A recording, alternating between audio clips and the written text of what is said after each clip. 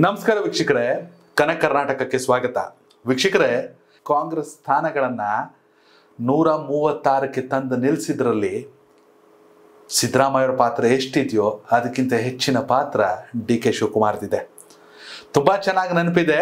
ರಾಜ್ಯದಲ್ಲಿ ಕಾಂಗ್ರೆಸ್ ಮುಗಿದೋಯ್ತು, BJP ಅಧಿಕಾರದಲ್ಲಿತ್ತು, double engine ಸರ್ಕಾರ 2023ಕ್ಕೆ ಮಾಡ್ತೀವಿ ಮ್ಯಾಜಿಕ್ಕು ಅಂತ ಬಿಜೆಪಿಯವರು ಅಂದ್ಕೊಂಡಿದ್ರು. ಎಲ್ಲವನ್ನ ಸುಳ್ಳು ಮಾಡಿದ್ದು ಕನಕಪುರದ ಬಂಡೆ ಡಿ ಕೆ ಶಿವಕುಮಾರ್.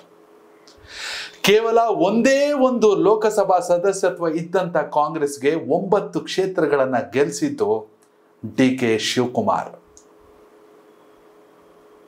ಕಾಂಗ್ರೆಸ್ ಚುನಾವಣೆ ಮಾಡೋದೇ ಕಷ್ಟ, ಎಲ್ಲ ನಾಯಕರುಗಳು ಸಂಕಷ್ಟದಲ್ಲಿದ್ದಾರೆ ಅನ್ನೋ ಸಂದರ್ಭದಲ್ಲಿ ಜನಬಲ ಬೇಕಾ, ಹಣ ಬಲ ಬೇಕಾ, ನಾನಿದ್ದೀನಿ ನಿಂತ್ಕೋತೀನಿ ಅಂತ ನಿಂತವರು ಡಿ ಕೆ ಶಿವಕುಮಾರ್.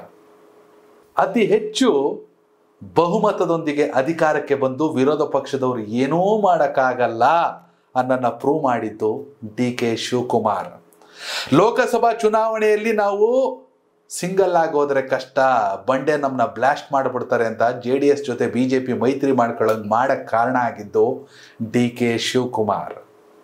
ಇದೀಗ ಡಿ ಕೆ ಶಿವಕುಮಾರ್ ಮುಖ್ಯಮಂತ್ರಿ ಆಗ್ತಾರಾ ಇಲ್ವಾ ಅನ್ನೋದೇ ಅತಿ ದೊಡ್ಡ ಚರ್ಚೆ. ಡಿ ಕೆ ಶಿವಕುಮಾರ್ ಏಕಾಏಕಿ ಸ್ಟೇಟ್ಮೆಂಟ್ ಅನ್ನ ಕೊಟ್ಟರು. ಸಿದ್ದರಾಮಯ್ಯ ಅವರು ಮಾತಾಡಾಯ್ತು, ಅದ್ರ ಬಗ್ಗೆ ನಾನೇ ಯಾಕೆ ಜಾಸ್ತಿ ಮಾತಾಡ್ಲಿ ಅಂತ. ಅಲ್ಲಿಗೆ ಮೌನಂ ಸಮ್ಮತಿ ಲಕ್ಷಣಂ. ನಾನೇ ಮುಖ್ಯಮಂತ್ರಿ ಅಂತ ಡಿ ಕೆ ಶಿವಕುಮಾರ್ ಯಾಕ್ರಿ ಹೇಳ್ತಾರೆ? ನಾನು ಬಿಟ್ಕೊಟ್ಬಿಡ್ತೀನಿ ಅಂತ ಸಿದ್ದರಾಮಯ್ಯ ಆದ್ರೂ ಯಾಕೆ ಹೇಳ್ತಾರೆ? 2028ಕ್ಕೂ ನಮ್ಮದೇ ಅಧಿಕಾರ ಅಂತ ಡಿ ಕೆ ಶಿವಕುಮಾರ್ ಕಾನ್ಫಿಡೆನ್ಸ್ ಆಗಿ ಹೇಳ್ತಾರೆ ಅಂದ್ರೆ ಆ ಕೆಪಾಸಿಟಿ ಕಾಂಗ್ರೆಸ್ ಅಲ್ಲಿ ಎಲ್ಲರಿಗೂ ಇಲ್ಲ. Yes, Parameshwar, Satish Jarkiholi, MB Patil, RV Deshpande ಅತಿ ದೊಡ್ಡ ದಿಗ್ಗಜ ನಾಯಕರುಗಳಿದ್ದಾರೆ. ಆದ್ರೆ ಇಡೀ ಸ್ಟೇಟ್ ಅನ್ನ ಕಂಟ್ರೋಲಿಗೆ ತಗೊಂಡು ಎಲೆಕ್ಷನ್ ಮಾಡ್ಬಿಟ್ಟು ಅಧಿಕಾರಕ್ಕೆ ತಗೋಬತ್ತೀವಿ ಅನ್ನೋ ಕೆಪಾಸಿಟಿ ಇರೋದು ಡಿ ಕೆ ಶಿವಕುಮಾರಿಗೆ ಮಾತ್ರ. ಡಿ ಕೆ ಶಿವಕುಮಾರ್ ಹೊರತಾಗಿ ಸಿದ್ದರಾಮಯ್ಯ ಒಬ್ರು ಕೂಡ ಏನು ಮಾಡೋಕ್ಕಾಗಲ್ಲ. ಆದರೆ ಸಿದ್ದರಾಮಯ್ಯ ಹೊರತಾಗಿ ನಾನು ಏನು ಬೇಕಾದ್ರೂ ಮಾಡ್ತೀನಿ, at least I am ready to fight ಅಂತ ಹೇಳೋ ಕೆಪಾಸಿಟಿ ಇರೋದು ಡಿ ಕೆ ಶಿವಕುಮಾರಿಗೆ ಮಾತ್ರ. ಸಿದ್ದರಾಮಯ್ಯ ಅವರು 2023ರ ಚುನಾವಣೆ ಬಳಿಕ ಕರ್ನಾಟಕ ರಾಜಕೀಯ ಇತಿಹಾಸದಲ್ಲಿ 24ನೇ ಮುಖ್ಯಮಂತ್ರಿಯಾಗಿ ಪ್ರಮಾಣ ವಚನವನ್ನು ಸ್ವೀಕರಿಸಿದ್ರು. ವಿತ್ ರೆಸ್ಪೆಕ್ಟ್, ಪಕ್ಷಾತೀತವಾಗಿ ದೇವೇಗೌಡರು, ಯಡಿಯೂರಪ್ಪನವರು, ಸಿದ್ದರಾಮಯ್ಯ ಅವರು, ಇವನ್ ಕುಮಾರಸ್ವಾಮಿ ಅವರು ಅವರನ್ನ ಗೌರವಿಸುವಂತ ಸಾಕಷ್ಟು ಜನ ಇದ್ದಾರೆ.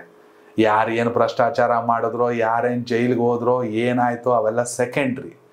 ಆದರೆ ಪಕ್ಷಾತೀತವಾಗಿ ಗೌರವಿಸ್ತಾರೆ. ಹಾಗಾಗಿ ಸಿದ್ದರಾಮಯ್ಯ ಅವ್ರ ಮೇಲೆ ಬಿಜೆಪಿಯ ಒಂದಷ್ಟು ಜನರಿಗೂ ಕೂಡ ಗೌರವ ಖಂಡಿತವಾಗ್ಲೂ ಇದೆ. ಪಕ್ಷಾತೀತವಾಗಿ JDSನವರು ಗೌರವಿಸ್ತಾರೆ. ಸಿದ್ದರಾಮಯ್ಯ ಅಲ್ಲಿದ್ದಾಗಲೇ ತಾನೆ, ಅಲ್ಲಿಂದಲೇ ಬಂದಿದ್ದಲ್ವಾ. ಹೀಗಾಗಿ ಅಧಿಕಾರ ಹಸ್ತಾಂತರ ಆಗುತ್ತೋ ಇಲ್ಲೋ ಅನ್ನೋ ಚರ್ಚೆಗಳ ನಡುವೆ ಒಂದೇನಂದ್ರೆ, ಸೇರಿಗೆ ಸವಾ ಸೇರು ಅಂತಾರಲ್ಲ, ಹಂಗೆ ಡಿ ಕೆ ಶಿವಕುಮಾರ್ ಮತ್ತು ಸಿದ್ದರಾಮಯ್ಯ ಹಠ ಮಾಡೇ ತೀರ್ತೀವಿ, ಬಡ್ಡಿ ಮಗಂದು ಏನು ಬೇಕಾರಾಗಲಿ ಅನ್ನೋ ಹಠ. ಆ ಹಠನೇ ಸಿದ್ದರಾಮಯ್ಯ ಅವ್ರನ್ನ ಮತ್ತೆ ಮುಖ್ಯಮಂತ್ರಿ ಮಾಡಿರೋದು. ಆ ಹಠನೇ ಡಿ ಕೆ ಶಿವಕುಮಾರ್ ಅವ್ರನ್ನ KPCC ಅಧ್ಯಕ್ಷರಾಗಿ ಇಡೀ ದೇಶದಲ್ಲಿ ಕಾಂಗ್ರೆಸ್ನ ಟ್ರಬಲ್ ಶೂಟರ್ ಆಗಿ ಗುರುತಿಸುವಂತ ಮಾಡಿರೋದು.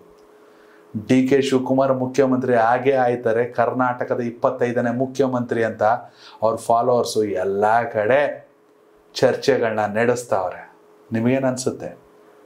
ಯಾಕೆಂದ್ರೆ ರಾಜ್ಯ ರಾಜಕೀಯದಲ್ಲಿ ನಡೀತಿರೋದು ಅದೇ ಚರ್ಚೆ.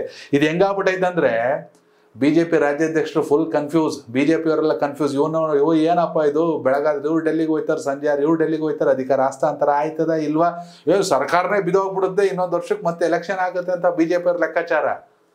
ಆದರೆ ಇಬ್ರು ಎಷ್ಟು ಹಠವಾದಿಗಳು ಅಷ್ಟೇ ತುಂಬಿದ್ ಕೂಡ ತುಳ್ಕಲ್ಲ ಅಂತಾರಲ್ಲ, ಹಂಗೆ ಸಿದ್ದರಾಮಯ್ಯ ಅವ್ರು ಮಾತಾಡಿದ್ರು ಅಂದ್ರೆ ಅವ್ರ ವಿರುದ್ಧ ಶತ್ರುತ್ವ ಸಾಧಿಸೋಂಗಿದ್ರೆ ಡಿ ಕೆ ಶಿವಕುಮಾರ್ ಏನ್ ಬೇಕಾದ್ರೆ ಸ್ಟೇಟ್ಮೆಂಟ್ ಕೊಡ್ಬೋದು.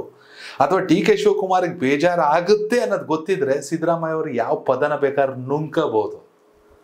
ಇಬ್ರು ಸೇರೆ ತಾನೇ ಸರ್ಕಾರನ ಅಧಿಕಾರಕ್ಕೆ ತಂದಿರೋದು. ಈಗ ಇಬ್ರು ನಡುವೆ ಒಳ್ಳೆ ಅಂಡರ್ಸ್ಟ್ಯಾಂಡಿಂಗ್ ಇದೆ ಅನ್ನೋದು ಬಿಜೆಪಿಗೆ ಅರ್ಥ ಆಗಬೇಕು.